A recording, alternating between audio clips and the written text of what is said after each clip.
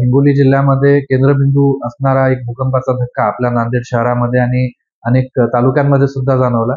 याची रिक्टर स्केलवर तीव्रता 4.5 एवढी होती.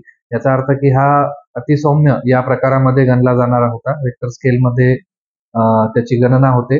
या अनुषंगानं आपण वारंवार सर्वांना सावधतेच्या सूचना दिलेल्या आहेत. विशेषतः भूकंप आल्यावर काय करावं याची नियमावली सुद्धा आपण जाहीर केलेली आहे.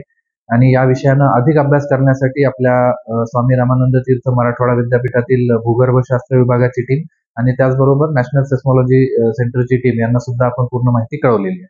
तरी माझं सगळ्या नागरिकांना आव्हान आहे की आपण घाबरून जाऊ नका. हा अतिशय सौम्य धक्का होता आणि साधारणतः या पावसाळ्याच्या सीझनमध्ये ज्या भूगर्भातल्या हालचाली असतात, विशेषतः पाणी जेव्हा भूगर्भात जातं त्यावेळेस ज्या हालचाली होतात, त्यामुळे अशा प्रकारच्या काही प्लेट मुव्हमेंट्स होतात आणि त्यामुळे असे अतिसौम्य किंवा सौम्य धक्के हे आपल्याला बघायला मिळू शकतात. मात्र यामध्ये घाबरण्यासारखी अशी फार काही दुसरी गोष्ट नाही. आपल्या जिल्ह्यात कुठल्याही प्रकारचं नुकसान या भूकंपाच्या धक्क्यामुळे झालेलं नाही.